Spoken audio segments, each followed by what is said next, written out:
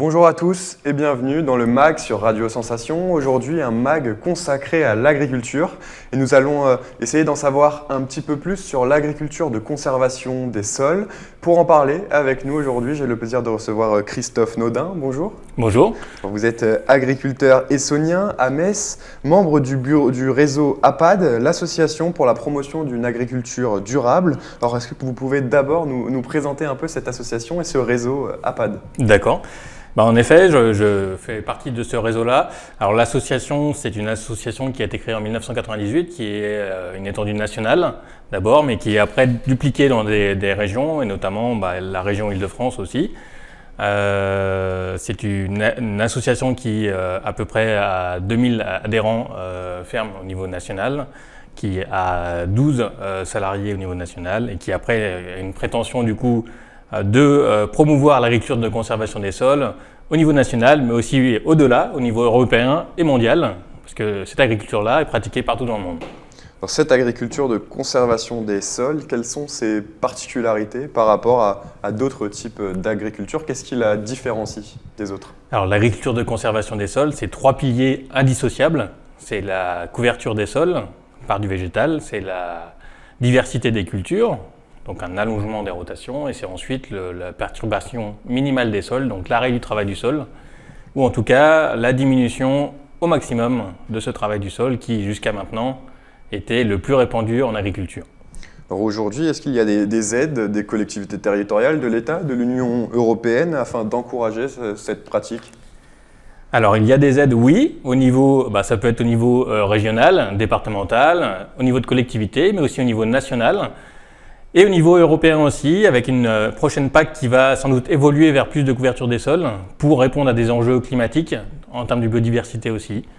Alors cette nouvelle PAC, est-ce qu'elle vous a satisfait, j'ai envie de dire? Certains l'ont critiquée, pas assez verte, d'autres pour qui c'était déjà un grand pas. Vous, quelle est votre position en tant qu'agriculteur local du Sud-Essonne?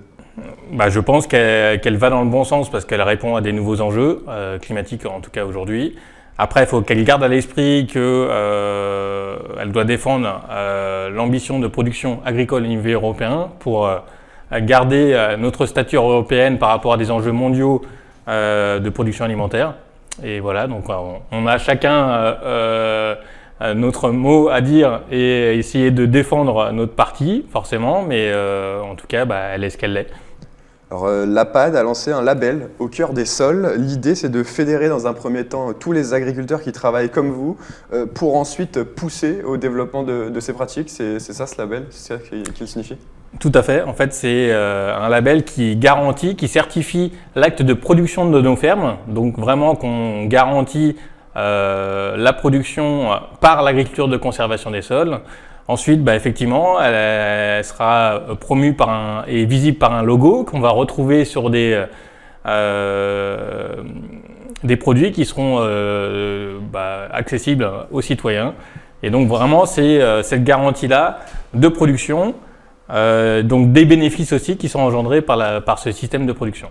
Alors depuis quand est-ce que vous êtes, vous, labellisé par ce label au cœur des sols? Alors moi, je suis labellisé, j'ai fait partie des premiers Français à être labellisés. Donc je suis fier, effectivement, que mes pratiques soient labellisées. C'est une reconnaissance, effectivement, du travail. Voilà. Quels sont les critères pour pouvoir avoir ce label? Qu'est-ce que vous avez dû montrer, prouver Les critères, effectivement, c'est déjà de bien respecter les 3 piliers qui sont de l'agriculture de conservation des sols. Ensuite, c'est des critères environnementaux aussi, donc c'est une garantie de résultat, c'est un respect, de l'environnement et de la réglementation aussi.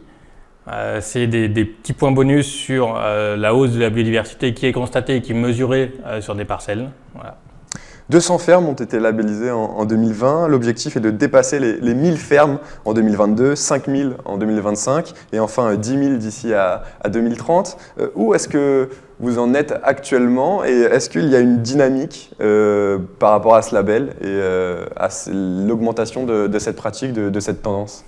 Alors aujourd'hui, début 2022, nous en sommes à 300 labellisés. Nous lançons prochainement notre projet carbone et du coup on espère que cela va développer encore plus l'attrait pour notre label et donc permettre d'atteindre notre prochain objectif des 1000 adhérents, des 1000 labellisés. Donc à suivre pour cette aventure en 2022. Alors pour la période 2022-2027, l'APAD a aussi lancé le projet du carbone au cœur des sols. Alors c'est un appel aux entreprises qui veulent compenser leur impact carbone en soutenant une ferme qui travaille donc via cette agriculture de conservation des sols. Est-ce que vous pouvez nous expliquer un peu cette démarche, ce projet du carbone au cœur des sols ? Oui, alors tout à fait. Comme vous le savez, les sols sont un énorme réservoir de carbone, en tout cas peuvent l'être.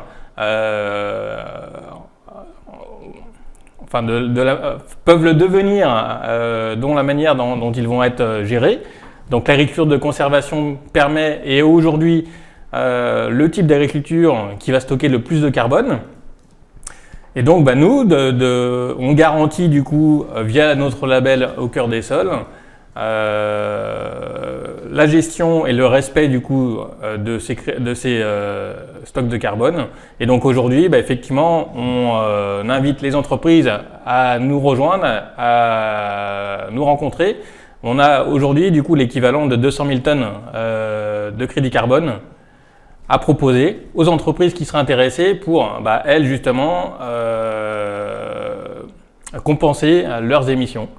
Alors, pour être peut-être un peu plus précis, comment c'est possible que le sol puisse conserver du carbone, le stocker ?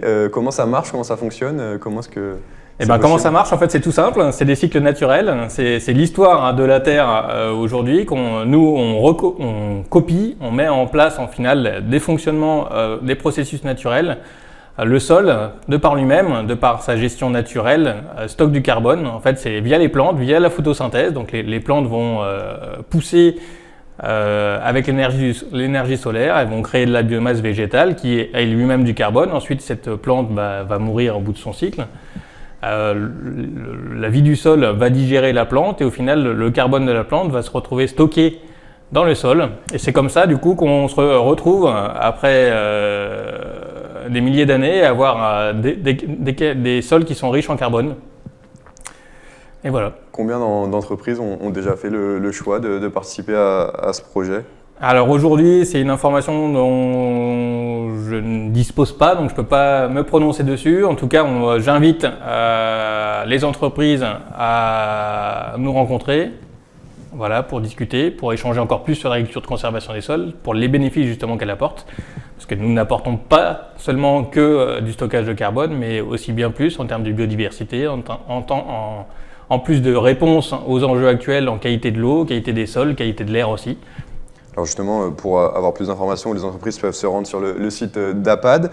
Vous, plus personnellement maintenant, quand vous voyez les programmes concernant l'agriculture pour les élections présidentielles 2022, quel est votre sentiment ? Est-ce que les candidats connaissent-ils suffisamment les préoccupations des agriculteurs ? Est-ce que vous les sentez suffisamment proches de vous ? Ou au contraire, sont-ils totalement déconnectés un petit peu quand vous entendez un peu les différents discours ? Alors pour certains, on va dire que c'est pas trop mal, mais sinon d'une manière générale, non, ce n'est pas assez. Mais je pense qu'on est peut-être tous, chacun dans notre profession aussi, jamais assez satisfait des connaissances des hommes politiques. En tout cas, effectivement, pour l'agriculture, il ne faut pas oublier que l'agriculture est un enjeu très fort d'une manière économique pour avoir une posture au niveau européen, mais aussi au niveau mondial. C'est un enjeu fort pour demain pour répondre aux enjeux alimentaires et garantir une sécurité alimentaire à des citoyens. Donc je pense qu'il ne faut pas qu'ils oublient justement cette force-là de la France qui a une agriculture connue et reconnue. Il ne faut pas la perdre de vue, il ne faut pas l'oublier. Et aujourd'hui, elle doit répondre à des enjeux supplémentaires, effectivement, pour voilà. L'APAD sera présente au Salon de l'Agriculture ou pas ? Tout à fait, l'APAD sera présente au Salon. Vous pourrez nous rencontrer, que ce soit, je lance un appel d'ailleurs aux candidats à la présidentielle, mais aussi aux entreprises. Le Salon de l'Agriculture est un grand lieu de rencontre inter-entreprises et donc c'est justement l'endroit Donc n'hésitez pas à nous rencontrer. Je lance aussi un appel aux citoyens. Vous êtes les bienvenus pour venir nous rencontrer pour en savoir plus sur l'agriculture de conservation des sols. Et donc nous serons présents au Salon de l'Agriculture, au Hall 4, stand C11, allez C11. Voilà. Le rendez-vous est pris. Merci beaucoup Christophe Nodin d'avoir été avec nous. Je rappelle que vous êtes agriculteur et membre du réseau APAD.